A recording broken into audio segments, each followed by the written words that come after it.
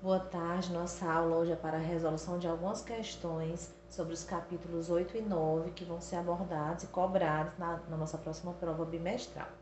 Nós vamos iniciar com o capítulo 8, que fala sobre arcadismo. Essa explicação, a exposição do capítulo, eu já fiz nas conferências com vocês.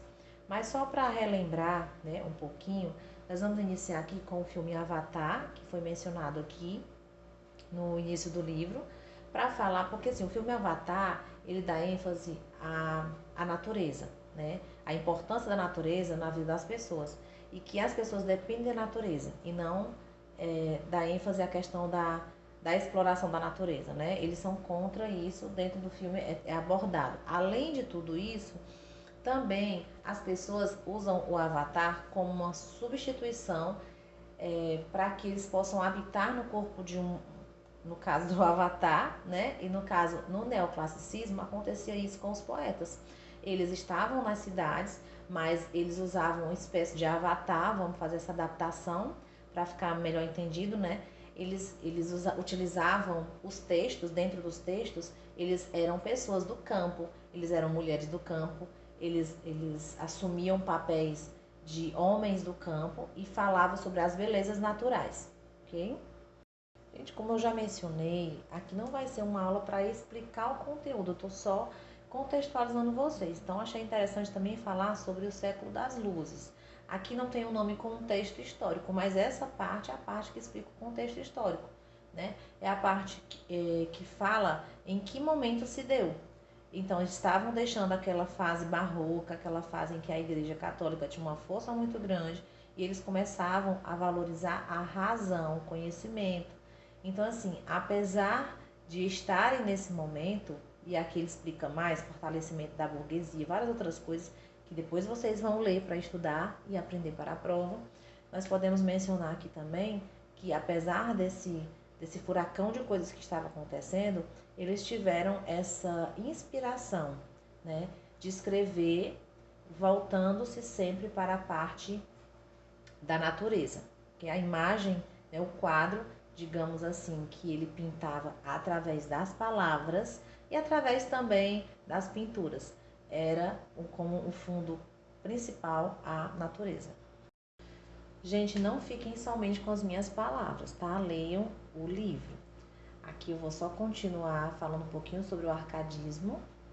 E nesse momento, nessa página aqui, se não me engano é a 6, ela inicia aqui sobre o arcadismo, mas eu quero dar ênfase à questão do momento, né? Por que eles tinham essa fuga, né? Querendo falar somente sobre as coisas da natureza, o campo. É porque foi um crescimento muito grande nas cidades e pela industrialização. E assim, eles era uma forma deles espairecer, entendeu? Seria mais ou menos isso. Outra coisa também que é interessante mencionar é que o arcadismo também pode ser chamado de neoclassicismo. Aqui nós temos também as características que eu queria mencionar para vocês, tá? Que seria o quê? A ideia da arte como imitação da natureza, imitação dos clássicos gregos e latinos, isso aqui é muito forte, inclusive é o que vai diferenciar bastante da próxima geração, busca do equilíbrio racional, uso da mitologia, resgate de temas clássicos, bucolismo e pastoralismo como temas ideais de vida, utilização de pseudônimos pastoris. Gente, tudo isso está no livro de vocês e eu só estou contextualizando, mas tem bastante informação que vocês precisam aprender. Aqui, gente, a gente já passou por muitas coisas dentro do livro, como o arcadismo em Portugal, onde tem o nome Bocage, Santa Rita Durão, e muitos outros nomes bem importantes, e depois vocês deem uma olhadinha. Inclusive, Bocage já vai dar uma deixa para a nossa próxima escola, né, que vai ser o romantismo. Eu escolhi a questão 3, porque, se não me engano, a 1 e a 2 eu já resolvi com vocês em sala, e eu gostaria que agora vocês pegassem o livro de vocês e lessem, desse pausa aqui no vídeo, lessem o poema e depois a gente já comenta as questões.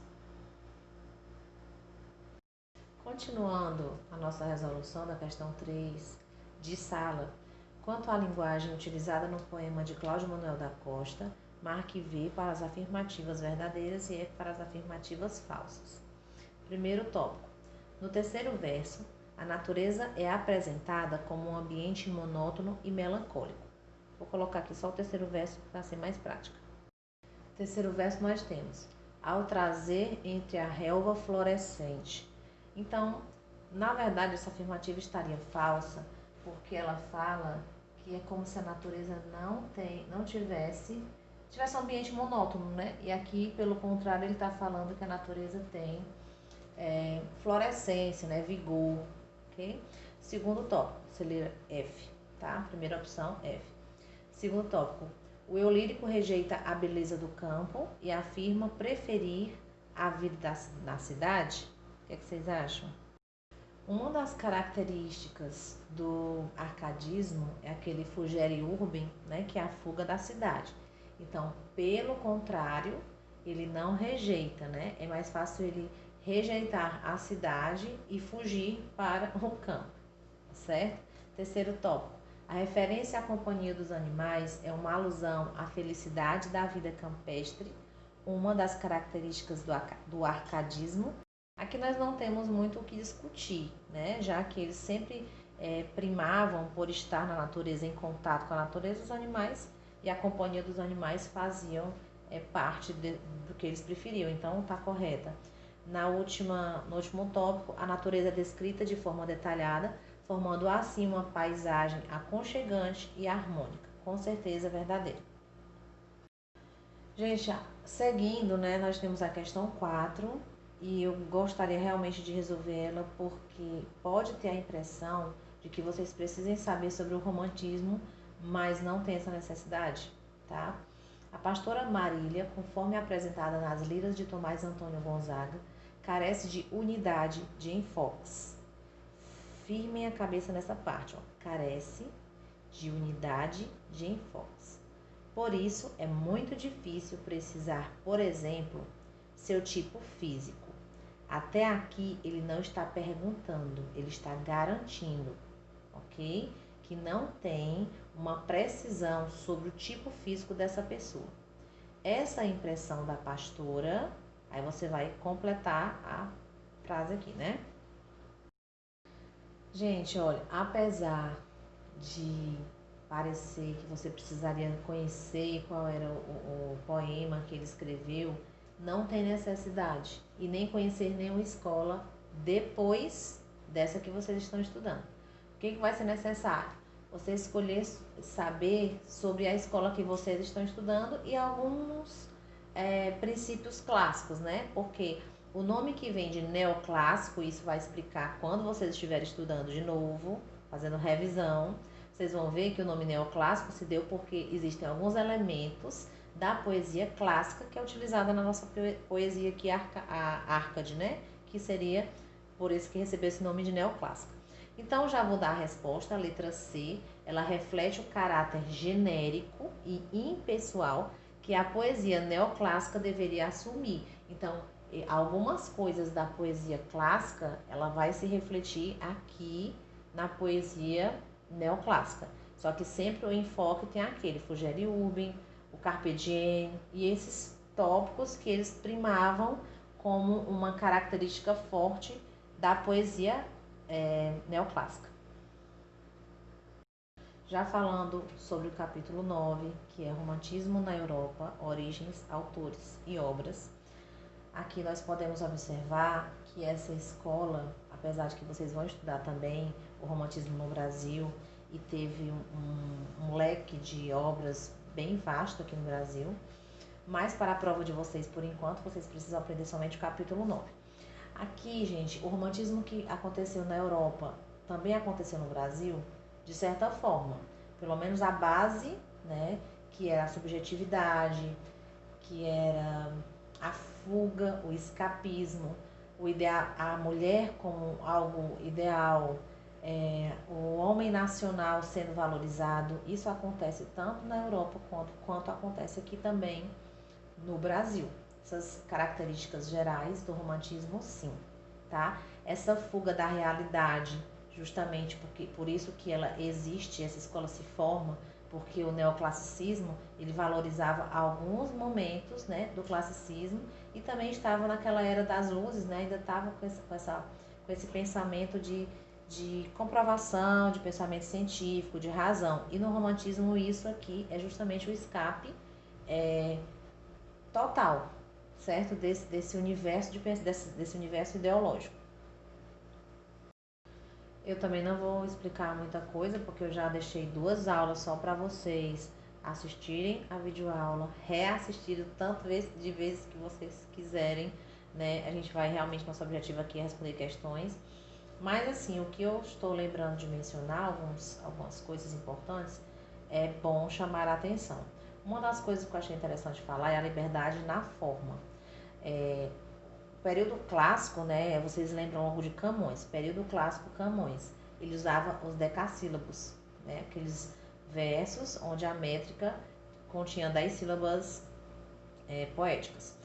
Aqui nós vamos observar uma liberdade na forma, os versos são menores, eles valorizam aqui mais as redondilhas menores e maiores, que são 5 e 7 sílabas, respectivamente, e também a questão da rima, da forma de ser colocada, assim, os versos no poema, né, a poesia em forma de texto, ela tem uma liberdade muito maior. Inclusive o livro fala que se aproxima um pouco de algumas canções populares. Gente, seguindo o livro, nós temos vários nomes citados, como Almeida Garrett. Assim, uma coisa interessante é que o romantismo ele se iniciou, né, as origens mesmo do romantismo é na Inglaterra, inclusive tem o Lord Byron que é citado, na Alemanha, mas a França foi que realmente disseminou, né, o romantismo assim na Europa, tá bom? Nós temos aqui nas atividades para a sala, texto para as questões 1 e 2, então a gente vai tentar resolver com vocês aqui. O castelo é um cenário recorrente em muitos romances românticos. Em 1764, o escritor inglês Horace Walpole criou um gênero novo de ficção, o romance gótico. O Castelo de Otranto é uma das primeiras histórias de terror e suspense na literatura ocidental. A narrativa conta a história do príncipe Manfred, que deseja usurpar o castelo pertencente à sua família, afastando o legítimo herdeiro. Contudo, forças sobrenaturais cumprem a maldição existente no castelo. Questão 1. Pode-se considerar o castelo como um símbolo do romantismo, pois... Dê pausa aí e pense um pouquinho qual seria a resposta mais correta. Lembrando que esse vídeo deve ser visto depois de vocês revisarem o capítulo, tá? Vocês devem lembrar, se não lembram, estudem novamente ou revejam o vídeo, que eu falei que um dos valores para os românticos, para os escritores, para os artistas, né? Porque também nessa época teve pintores, etc. Era a valorização da história nacional, do homem nacional, tá? Também era a fuga, era o escapismo, era o subjetivismo, mas aqui nós temos um castelo como um símbolo do romantismo. E até aqui nós garantimos isso porque o texto nos garante, certo? Então, sabendo disso, tendo a certeza, porque o texto nos dá essa certeza, a opção C, gente, é a mais correta. Por quê? Porque o castelo, está explicando por quê? Porque ele representa o culto ao passado medieval. Eles não procuravam sempre valorizar, né, as suas raízes? Então seria por isso. Era um espaço de declaração de poemas? Não, né? Era um local de debate político dos inimigos? Não tinha nada a ver com isso, tá? O que tinha a ver? Ele procurava ressaltar sempre as escolas literárias, ou até a parte, os movimentos, né, artísticos de forma geral, eles sempre buscavam algumas características, manter algumas características nas suas obras e ter como pano de fundo algo, né, que fosse um pouco comum a todos, tá? Isso depois vai mudar lá no modernismo, mas não chegou ainda nessa parte. Então, por enquanto, eles mantêm sim, e o castelo seria uma representação, né, de um passado glorioso, certo? Então, por conta disso, a letra C está mais correta. Vamos ver a segunda questão.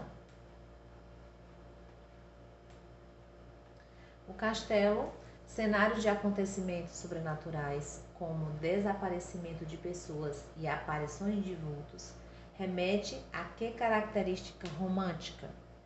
Aí você vai dar uma olhadinha, vai verificar o que é que você acha que está mais correto.